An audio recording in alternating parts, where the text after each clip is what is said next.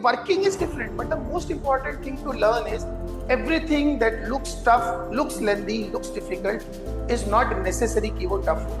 इस क्वेश्चन को लेने का मेरा प्राइम टारगेट है आपको ये छोटा सा बम फोड़ के दिखाना। तो 1 minus cos h upon h square h minus 1 square h minus 2 square h minus 3 square. Manually पता लग रहा है यार 1 minus cos h by h square half हो जाएगा, उसके बाद एक 1/4 और एक 1/9 आएगा। तो 9 4 जा 36 72 1/72 आएगा, तो ये करेक्ट नहीं है।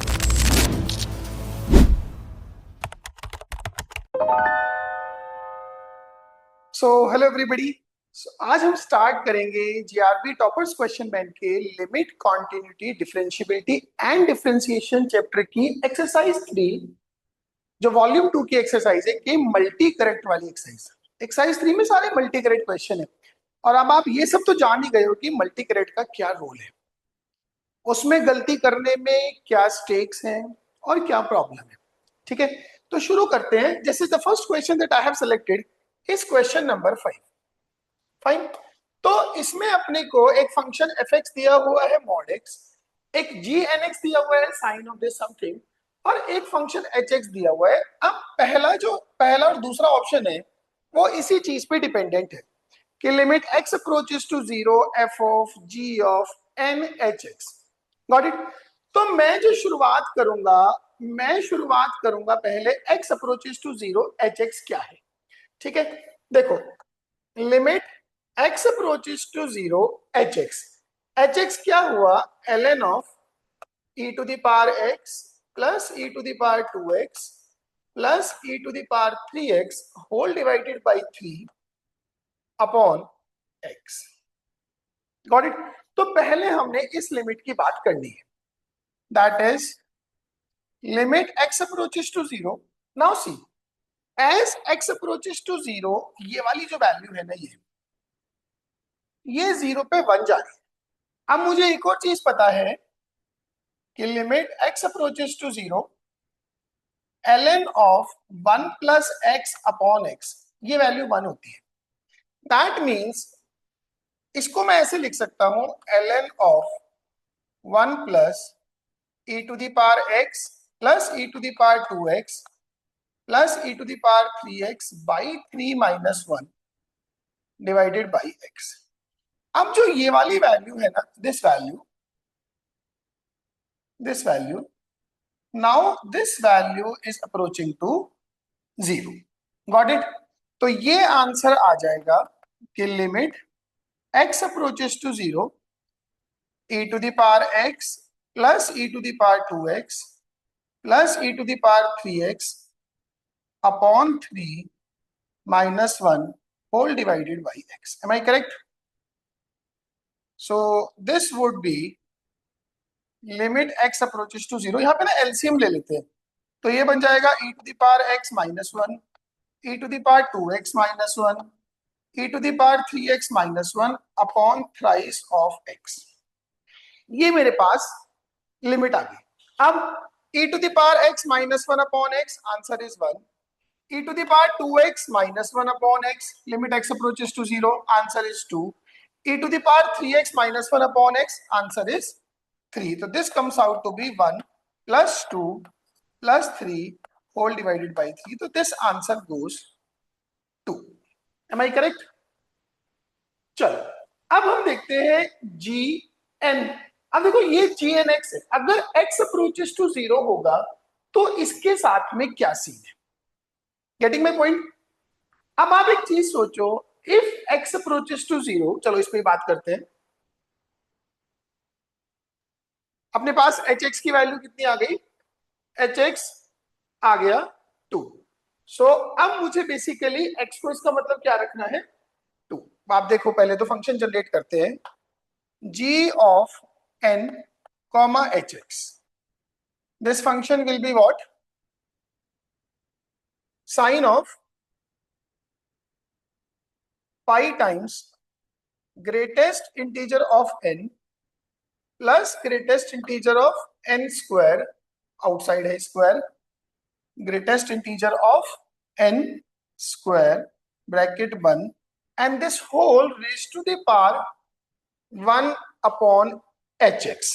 So basically 1 by hx is this power, 1 by hx। ये अब आपने hx को 2 निकाल दिया। सो दैट मीन्स अगर मैं बात करूं कि limit n approaches to infinite, limit x approaches to 0, g of n hx, तो इन दैट केस आप इस वाली वैल्यू को 2 रिप्लेस करोगे। So that is limit n approaches to infinite sine of pi times greatest integer of n plus greatest integer of n square whole raise to the power 1/2। ये आ गया। Getting my point.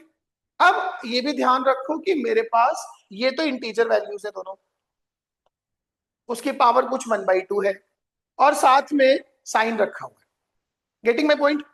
सो इसको मैं ऐसे लिखूं, that is limit n approaches to infinite, ये separate है, पिछले वाली लिमिट हमने जो सॉल्व की थी, साइन ऑफ पाई टाइम्स, अगर मैं इसमें से greatest integer of n square, ये ना स्क्वायर जो है वो बाहर है, ये मैं पहले भी गलती कर चुका हूं, ये गलती आपने नहीं करनी है। अगर आप इसमें से greatest integer of n square को कॉमन लोगे तो वो ग्रेटेस्ट इंटीजर n बाहर आएगा और ये बचेगा 1 + 1 upon greatest integer of n whole raise to the power 1/2। Am I clear? That is limit n approaches to infinite। अब देखो इस पे हम लगाते हैं binomial theorem for any index, that is sine of greatest integer of n pi into 1 plus nx होता है, तो half of greatest integer of n plus n into n-1/2 factorial x square, तो it will be 1/2 -1 upon 2 factorial greatest 1 upon greatest integer of n का square and so on so forth. ये ऐसे चलेगा। इस line को अब मैं erase कर देता हूँ, बीच में हिंड्रेंस कर दिए। नाउ अब आप देखो, this is limit n approaches to infinite sine of, इसको ना मल्टीप्लाई करते हैं, greatest integer of n pi plus ये क्या बनेगा π/2 plus 1/8 with a negative sign, नीचे आएगा ग्रेटेस्ट इंटीजर ऑफ n और ऊपर चला जाएगा पाई एंड सोन। जो आगे वाली टर्म है ना, उनमें डिनोमिनेटर में कम से कम एक ग्रेटेस्ट इंटीजर रहेगा या उसकी हायर पावर रहेगी। Got it? तो आप सोचो ये सारी वैल्यूज तो आप क्या कर पाओगे, 0। तो ये अपने पास बन गया। इसको ऐसे सोचो, limit n approaches to infinite. अब एक चीज सोचो आप, ये integral multiple of pi plus something है। Getting my point? Integral multiple of pi plus something. अब अगर ये इवन मल्टीपल ऑफ पाई है तो sign 2k pi plus theta होता है साइन थीटा, और अगर ये ऑड मल्टीपल ऑफ पाई है, sign 2k + 1 pi plus theta होता है minus sine theta. Got it? यहां लिख देता हूं मैं, sine of 2k pi plus theta, ये फर्स्ट क्वाड्रेंट में आ गया, ये तो होता है sine theta, and sine of 2k + 1 pi plus theta, ये होता है minus sine theta. Getting my point? तो अब इसके बारे में अभी मुझे पता नहीं है कि ग्रेटेस्ट इंटीजर x इवन है कि ऑड है। सो मैं एक वो पॉसिबिलिटी लेके चलता हूं कि it is plus minus of sine π/2 plus -1/8 pi by greatest integer n plus अगला जो भी टर्म होगा उसमें ग्रेटेस्ट इंटीजर ऑफ n का स्क्वायर होगा एंड सो। अब आप सोचो, as n approaches to infinite ये सारी वैल्यूज क्या हो जाएंगी, 0। तो your answer will be +-1। Am I correct? अब हम एक बार ऑप्शंस पे आते हैं। पहले ऑप्शन पे देखो ना, डी ऑप्शन देखो आप पहले, ये वाला limit n approaches to infinite x approaches to 0 gn hx1 नहीं, क्योंकि इसके बारे में अभी हमें पता नहीं है। ठीक है ना? क्योंकि ये आंसर मैंने अभी दिखाया कि it can be +1, it can be -1। तो इस केस में I will mark C as a correct answer as the limit does not exist. Got it? हाँ, as far the f is concerned, अब अपना fx क्या है, वो mod x है। तो जब आप ये करने के बाद में उसको एफ फंक्शन में अप्लाई करोगे तो वो प्लस वो वन हो चाहे माइनस वन हो, उसका मॉड अल्टीमेटली क्या आ जाएगा, +1. In that case your a answer will be the correct answer. Am I clear? बहुत बढ़िया क्वेश्चन है और बहुत सिंपल वे में पूछा गया है, बहुत हाई एंड लिमिट यूज नहीं करी है, लेकिन क्वेश्चन देखने में लगता है कि वेरी टफ. तो जो सबसे बड़ा, देखो working is different but the most important thing to learn is everything that looks tough, looks lengthy, looks difficult is not necessary कि वो टफ हो. वो जज्बा, वो जुनून चाहिए कि पहले मुझे उसको एक बार देखना है, थोड़ा सा आइडिया लेके एटलीस्ट मैं शुरुआत तो करूं, और वो होगा ही होगा. आप करोगे, सीख के समझ के करोगे तो 110% होगा. ठीक है ना? चलिए आगे बढ़ते हैं. Alright, so the next question that I have selected is question number 9. That is, if alpha less than beta, are the roots of this equation, that is cos inverse of sine of tan inverse of this is pi by 6, then the value of this whatever they are asking. तो जो अब यहाँ पे भी जो पहली concern है वो है इस लिमिट को सॉल्व करना. इसमें ध्यान रखना कि ये लिमिट टी पे है, इसमें अभी एज ऑफ नाउ एक्स का रोल नहीं है, एक्स मेरे लिए एज ए कांस्टेंट ट्रीट होगा. ठीक है, तो फर्स्ट ऑफ ऑल मैं सिर्फ अंदर वाली लिमिट की बात करूंगा. Limit t approaches to infinite under root of t under root of x divided by under root of t x square minus 3tx plus t minus 1 minus x. पहले ना हमें इसको सॉल्व करना है. देखो इस पूरे उसमें से ना डिनोमिनेटर से भी मैं अंडर रूट टी कॉमन ले लेता हूं. Got it? So it will be limit t approaches to infinite, numerator is having root t root x. Denominator से देखो यहां से टी बाहर आएगा तो अंडर रूट टी बाहर आएगा. So it will be under root of x square minus 3x plus 1 minus 1 upon t, minus 1 upon t, and this will be x upon under root t. ये आ जाएगा. अब आप देखो इस अंडर रूट टी से आपने अंडर रूट टी कर दिया कैंसिल. ठीक है, जैसे ही आपने इन दोनों को कैंसिल किया, डिनोमिनेटर में अगर मैं ध्यान दूं तो ये टर्म की वैल्यू 0 हो जाएगी, x upon under root t, और एक इस टर्म की वैल्यू 0 हो जाएगी 1 upon t, because t is approaching to infinite. So in that case your answer is root x upon inside the root x square minus 3x plus 1. yes or no? अच्छा, अब एक एक चीज को शुरू करते हैं. That means cos inverse of sine of tan inverse of root x upon inside the root x square minus 3x plus 1. This value is given to me as pi by 6. पहले cos को उधर ले जाते हैं, तो cos pi by 6 कितना हो जाएगा, sine of tan inverse of root x upon root of x square minus 3x plus 1. तो cos pi by 6 कितना हो जाएगा, √3/2. फिर साइन को इधर ले जाऊंगा तो sine inverse √3/2 will be pi by 3. फिर tan को उधर ले जाएंगे तो tan pi by 3 will be √3. तो this will be root x upon root में x square minus 3x plus 1 is going to be under root 3. That means x equals to 3x square minus 9x plus 3. So it comes out to be 3x square minus 10x plus 3 equal to 0. Understood? 3x square minus 10x plus 3 equals to 0. इस quadratic को अगर मैं solve करूं तो इसके roots है 3x minus 1 into x minus 3 equals to 0. So your x comes out to be 1/3 or 3. Got it?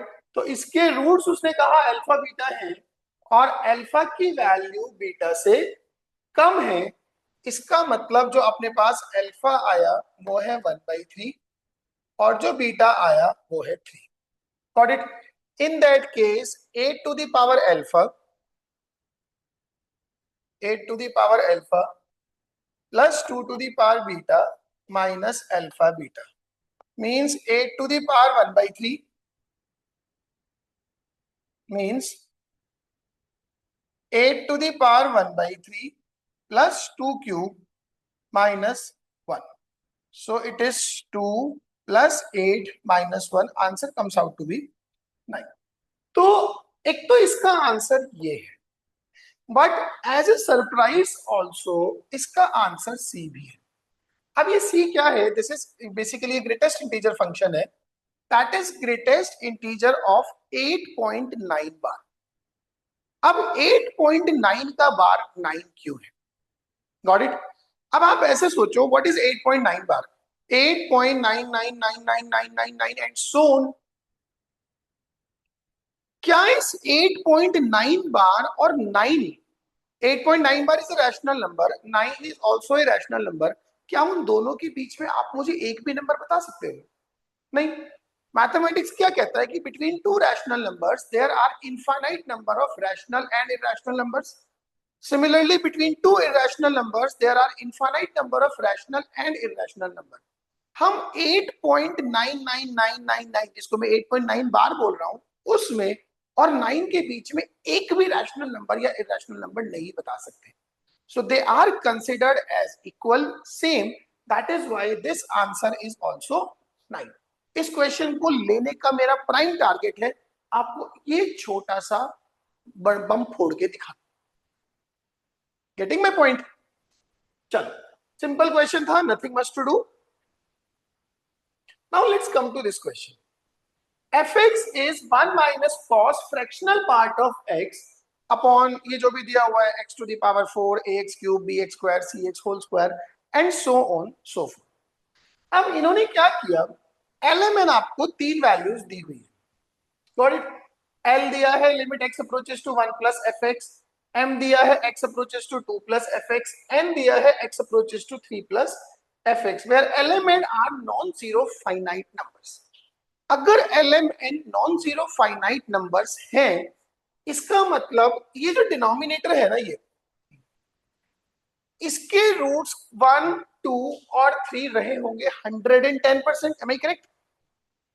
इसके roots 1, 2, 3 रहेंगे रहेंगे, तभी आप उस लिमिट को क्या कर पाओगे। क्योंकि क्योंकि अगर आप ऐसे सोचो, आप जैसे ही 1 के राइट में हो, just in the right of 1, ये जो न्यूमरेटर है ये क्या बन जाएगा, 1 माइनस कॉस 0, और कॉस 0 कितना होता है 1, तो न्यूमरेटर 0 जा रहा है।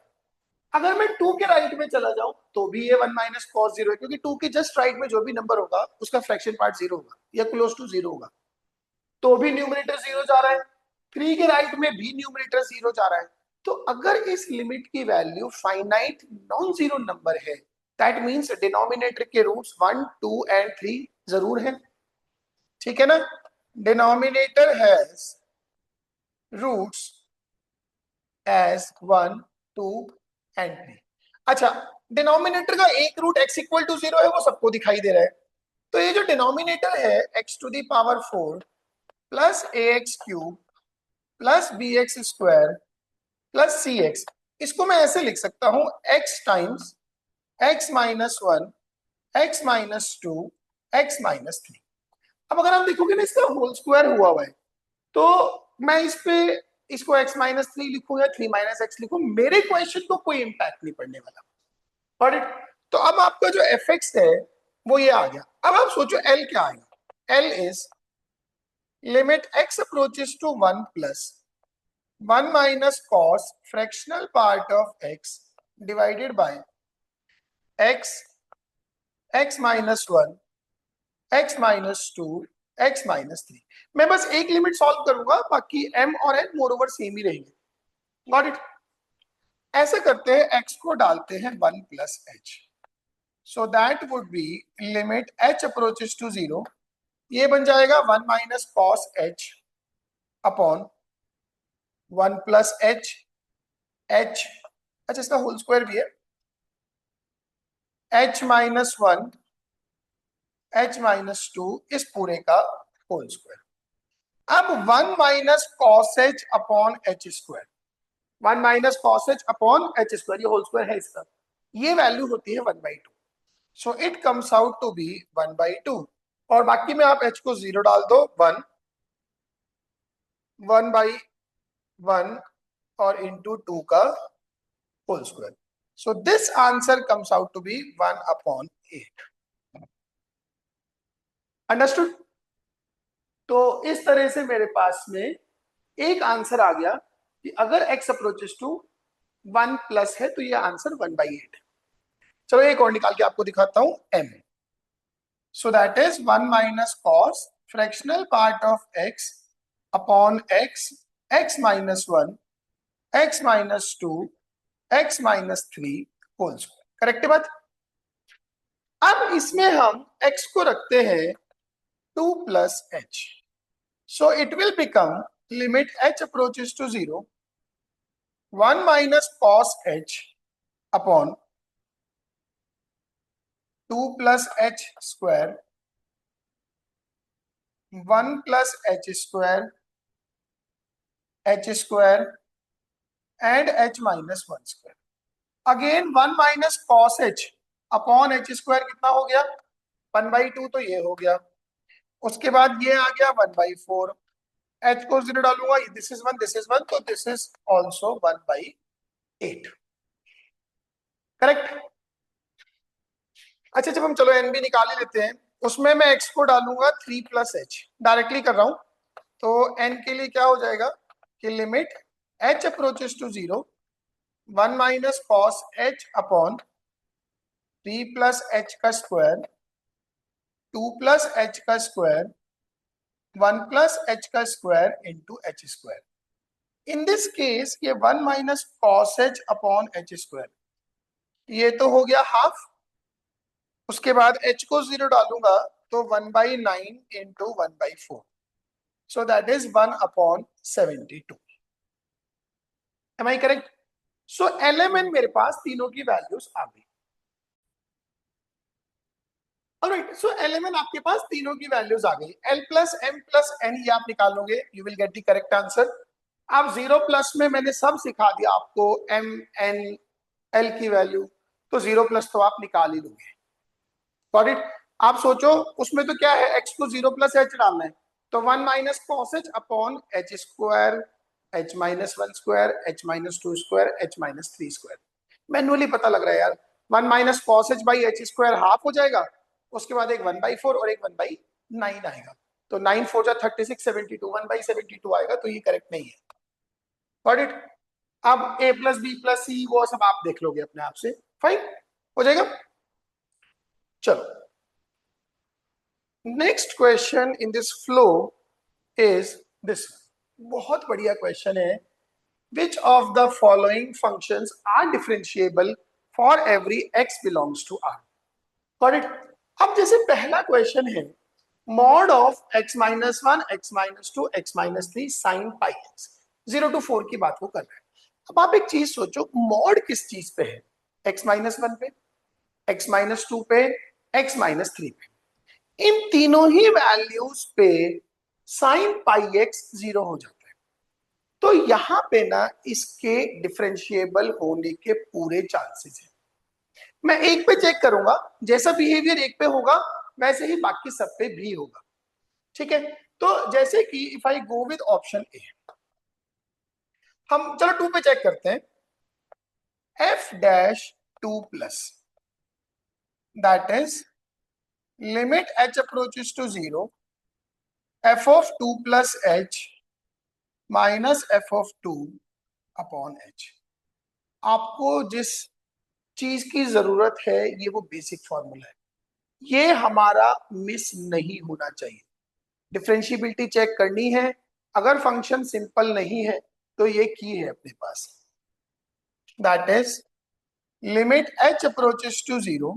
Now f of 2 plus h क्या आएगा, देखो, mod of 2 plus h minus 1, 1 plus h into h into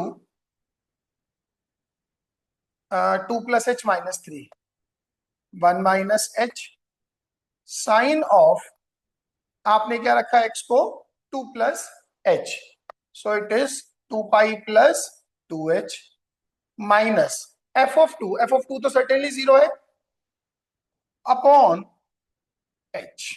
M I correct? अब सोचो h तो पॉजिटिव ही होगा, तो इस h से ये वाला h कट गया, तो ये क्या बनेगा? Limit h approaches to zero magnitude of 1 minus h square and sine 2 pi plus 2h will be sine 2h, और ये वैल्यू हो जाएगी जीरो, तो ये ओवरऑल हो जाएगा जीरो। अब जैसे ये राइट साइड में जीरो हुआ है, बिल्कुल सेम वे में टू के लेफ्ट में भी डेरिवेटिव जीरो ही आएगा, और सेम टाइप का बिहेवियर ये फंक्शन 1 पे और 3 पे भी शो करेगा। आप चेक कर लोगे तो ये this will be derivable everywhere. Agreed? Now second की बात करूं मैं, देखो mod of x minus one sine pi x, वैसा ही बिहेवियर जैसा फर्स्ट में देखा हमने, गॉट इट? लेकिन जैसे ये mod of x minus three by two है, इसमें क्या हुआ कि 3/2 की पावर 3 आ गया, x माइनस 3/2 की पावर 3 है, तो because of this repeated root behaviour ये 3/2 पे भी डेरिवेबल आ जाएगा। उस पे साइन जीरो नहीं होगा, बट ये ओवरऑल जीरो हो जाएगा, तो ये भी हर जगह क्या होगा? डिफरेंशिएबल हो जाएगा। Got it? अब मैं सी ऑप्शन की बात करूं, F x is limit if x square plus x square upon one plus x square upon one plus x square का होल स्क्वायर। देखो इसको देखते हैं, सी ऑप्शन में अपने पास एफ एक्स क्या है? X square plus x square upon one plus x square upon one plus x square का whole square and so on till infinity. इस पे अगर मैं जीपी लगाता हूं, एक्स स्क्वायर कॉमन ले लिया, तो ए हो जाएगा one upon one minus r, that is one upon one plus x square. Correct है? जैसे आपने यहाँ पे एलसीएम लिया, it will be x square one plus x square upon x square, ये आ जाएगा। Got it? नाउ जैसे मैं इस एक्स स्क्वायर को इसको काटूंगा, तो ये बन जाएगा one plus x square, but इसको काटने के लिए यू विल मेंशन कि एक्स जीरो नहीं होगा। Got it? नाउ अगर x जीरो से स्लाइटली ग्रेटर या स्लाइटली लेसर होता है, तो फंक्शन की जो वैल्यू जाने वाली है, देखो बहुत सारी चीजें नोटिस करने वाली होती है। x अगर जीरो से बड़ा या जीरो से छोटा होगा, तो कॉमन रेशियो की वैल्यू वन से छोटी होगी, जो इनफाइनाइट जीपी में होनी चाहिए, तो जो हमने लगाया वो जस्टिफाइड है। ऑलराइट, तो अगर x जीरो के लेफ्ट या राइट में है, तो इसका मतलब ये क्या है? ये वैल्यू क्या हो जाएगी? वन। लेकिन अगर x एग्जैक्टली जीरो है, तो F of zero definitely zero है, मतलब कि इस फंक्शन में जीरो पे कॉन्टिन्यूटी ही नहीं है। Getting my point? इस फंक्शन में जीरो पे कॉन्टिन्यूटी ही नहीं है, तो डिफरेंशियबिलिटी का क्वेश्चन ही खत्म हो जाता है, तो ये अपना करेक्ट आंसर नहीं होगा। Am I clear? चलो, बहुत अच्छा क्वेश्चन है और बहुत बढ़िया बढ़िया ऑप्शन है। डी ऑप्शन की बात करता हूं, sign cube pi fractional part of x into greatest integer of x. देखो इसमें जो भी कुछ लोचा होने वाला होगा ना, तो वो x बिलोंग्स टू इंटीजर पे होगा, अदरवाइज एवरीथिंग इज सॉर्टेड। ठीक है, मैं किसी इंटीजर पे चेक करता हूं। आपके पास जो एफ एक्स है, ये डी ऑप्शन की बात हो रही है, it is sine cube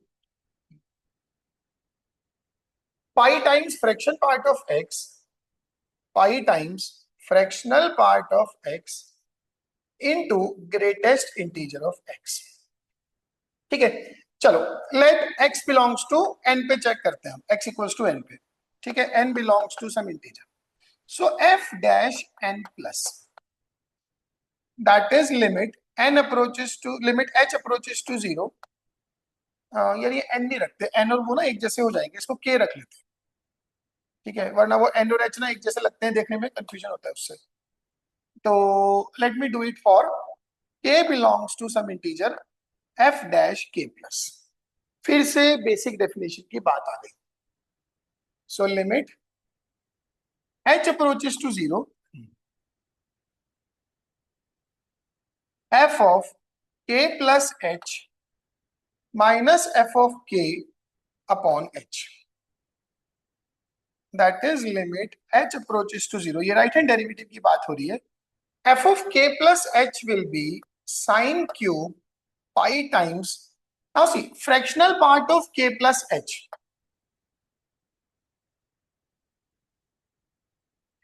into greatest integer of k plus h minus f of k। अब f of k के केस में k इंटीजर है, उसका फ्रैक्शन पार्ट क्या हो जाएगा, 0, तो ये साइन 0, ये ओवरऑल बन जाएगा 0 अपॉन में आ गया h, that is limit h approaches to 0। अब आप सोचो k प्लस h का फ्रैक्शनल पार्ट खुद h आ जाएगा, so it is sine cube pi h, ये क्या बन जाएगा, greatest integer of k plus h k upon में आ जाएगा एक h। Got it. अब सोचो ऊपर तो 3 साइन है जिनका आर्गुमेंट 0 को अप्रोच कर रहा है और नीचे सिर्फ एक ही h रखा है, तो एक साइन पाई h तो उस वाले h को एब्सॉर्ब कर लेगा और बाकी 2 साइन जो है इस वैल्यू को क्या कर देंगे, 0। So this answer comes out to be 0। और ये बड़ी क्लियरली विजिबल है कि अगर मैं इसमें लेफ्ट हैंड भी चेक करूंगा तो वो भी आएगा ऐसा, बट मैं करूंगा क्योंकि फ्रैक्शन पार्ट का लोचा है, फॉर दैट रीजन ओनली। ठीक है, देखो जी, अब हम इसमें लेफ्ट हैंड डेरिवेटिव चेक करते हैं, f dash k minus limit h approaches to 0 f of k minus h minus f of k upon minus h। Got it? So that is limit h approaches to 0. This will be sine cube pi times fractional part of k minus h, greatest integer of k minus h upon minus h. Correct? So that is limit h approaches to 0. अब देखो fractional part of k minus h is k minus h minus greatest integer of k minus h. Yes or no? Now greatest integer of k minus h will be what? K minus 1. So it is k minus h minus of k minus 1. So it will be 1 minus h. तो ये बनेगा sign cube pi times 1 minus h. This will be k minus 1 upon minus h. So that is limit h approaches to 0. Now sin pi minus pi h. Sin pi h. So this will be sin cube pi h k minus 1 upon minus h. Again, ऊपर वाला sign नीचे वाले, ऊपर वाला एक sign नीचे वाले h को एब्सॉर्ब कर लेगा, बाकी जो 2 साइन है वो उसकी वैल्यू को 0 करेंगे। So this will also leads to 0। अब ये भी 0 हो गया तो इसका मतलब क्या है, LHL भी 0, RHL भी 0, तो ये फंक्शन भी कैसा हो गया, डेरिवेटिव। Got it. तो इसमें एक सी ऑप्शन ऐसा है जो थोड़ा सा रिस्की और डाइसी है, उसको ध्यान से देखना। Fine, now let's come to last part. देखिए ना, जो हमने पिछला क्वेश्चन किया उसको देखो, वो हाउ अमेजिंग इट वाज। एक ही सवाल में उन्होंने इतनी बढ़िया तरह से डिफरेंशिएबिलिटी की डेफिनेशन को यूज करना सिखाया है कि हमें ऐसे सवालों को उनसे लर्निंग लेनी है। These questions will be your strength. Yes or no? चलो इस पे आते हैं। For a function y equals to f x defined parametrically as, अब सोचो आपको x दिया हुआ है 2t minus t minus 1 mod और आपको y दिया है 2t square plus t magnitude t। पहले इनको तोड़ते हैं इनकी रेस्पेक्टिव ब्रांचेस में। अगर t 1 या उससे ग्रेटर है then it will be t minus 1 directly, तो ये बन जाएगा t प्लस 1। और अगर t 1 से छोटा है it will be open with a negative sign, तो it will be 2t plus t minus 1, so it will become 3t minus 1। यहाँ पे आ जाता हूं, अगर t 0 या उससे बड़ा है in that case this will be what, 2t square plus t square, 3t square. और अगर t 0 से छोटा है then it is 2t square minus t square, it will be t square. ये आ गया। अब इनकी रेस्पेक्टिव ब्रांचेस में हम इस फंक्शन को जनरेट करेंगे। ऐसे सोचो, अगर t की वैल्यू लेस देन जीरो है। Got it? Less than zero के केस में x क्या है? x है 3t माइनस वन और y क्या है? t square. तो in that case your y will be what? t square, मतलब x plus one by three का होल स्क्वायर। Got it? मैंने t की value x plus one upon three वहां replace कर दी। नाउ अगर t जीरो से छोटा, जीरो से बड़ा और वन से छोटा है तो x कितना है? जीरो टू वन में x की वैल्यू वही 3t माइनस वन और y कितना है? 3t square. तो in that case your y will be thrice of x plus one upon three whole square. Again आपने t की वैल्यू रख दी। और अगर t मोर देन और इक्वल टू वन है then your x is what? t plus 1 and your y is what? 3t square. That means y is thrice of x minus 1 whole square. Got it?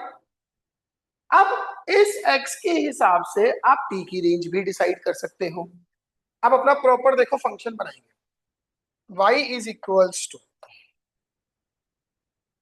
अगर t की value zero से छोटी है that means x plus one upon three, इसका यहां लिख देता हूं मैं, x plus one upon three वो भी जीरो से छोटा होगा। यस और नो? क्योंकि t कितना है? वो x plus one upon three है। मतलब कि अगर if x is less than minus one तो आपकी जो डेफिनेशन है वो है x plus one upon three का होल स्क्वायर। और अच्छा, अब जब t की वैल्यू जीरो टू वन में है मतलब कि x plus one upon three जो है वो जीरो टू वन में है, तो x कहां से कहां हो गया? माइनस वन से लेके टू तक। So if x is more than or equal to minus 1 less than 2, then it is thrice of x plus 1 upon 3 whole square. अच्छा, अगर t more than or equal to 1 है, that means x minus 1 more than or equal to 1 means x more than or equals to 2. And if your x is more than or equal to 2, your definition is thrice of x minus 1 का whole square. ये अपने पास proper function of y in terms of x आ गया। Got it? अब जैसे आपके पास function आया, ऑप्शन कैसे कैसे हैं? f of minus ten is f of one plus root three, f x is continuous, ये अब आप इजिली चेक कर सकते हो, ये मैंने करना ही नहीं। Got it? क्योंकि अगर आप इस तरह के क्वेश्चन टैकल कर रहे हो और इस लेवल की बुक को हैंडल कर रहे हो, सॉल्व कर रहे हो, तो एक बार फंक्शन जनरेट हो गया then this entire question is an easy treat for you. तो ये आप कर लोगे, I am very sure about it. Alright, so this was all about the exercise 3 of limit continuity and differentiability chapter. बहुत ही बढ़िया बढ़िया क्वेश्चन है, इनको एक बार दो बार जरूर करें। जितनी बार करोगे उतनी नई चीजें सीखोगे। हमारे साथ भी ऐसे ही होता है यार, आज हम एक क्वेश्चन करें, कल को उसको दोबारा सोचते हुए एक नया तरीका सामने आता है या पुराने तरीके में कुछ नई चीज निकल के आती है। तो इस तरह से इनको सीखो, इनको बस सॉल्यूशन मत देखो अननेसेसरी। ये वीडियो अगर आप एक्सरसाइज सॉल्व करे बिना देख रहे हो ना, तो मैं लिख के दे दूं कि आप अपना नुकसान कर रहे हो। इन एक्सरसाइज को सॉल्व करो, इनसे सीखो, फिर इस वीडियो से सीखो, only then it is worth considering. Alright, that would be all from my side for today. अगली क्लास में एक्सरसाइज 4 के साथ मिलेंगे। कॉम्प्रिहेंशन की एक्सरसाइज है, बहुत चुन चुन के मैंने क्वेश्चन उसमें डाले। ठीक है, बहुत ही बढ़िया सवाल है सीखने के लिए, आगे बढ़ने के लिए। So keep studying, keep learning. Thank you so much.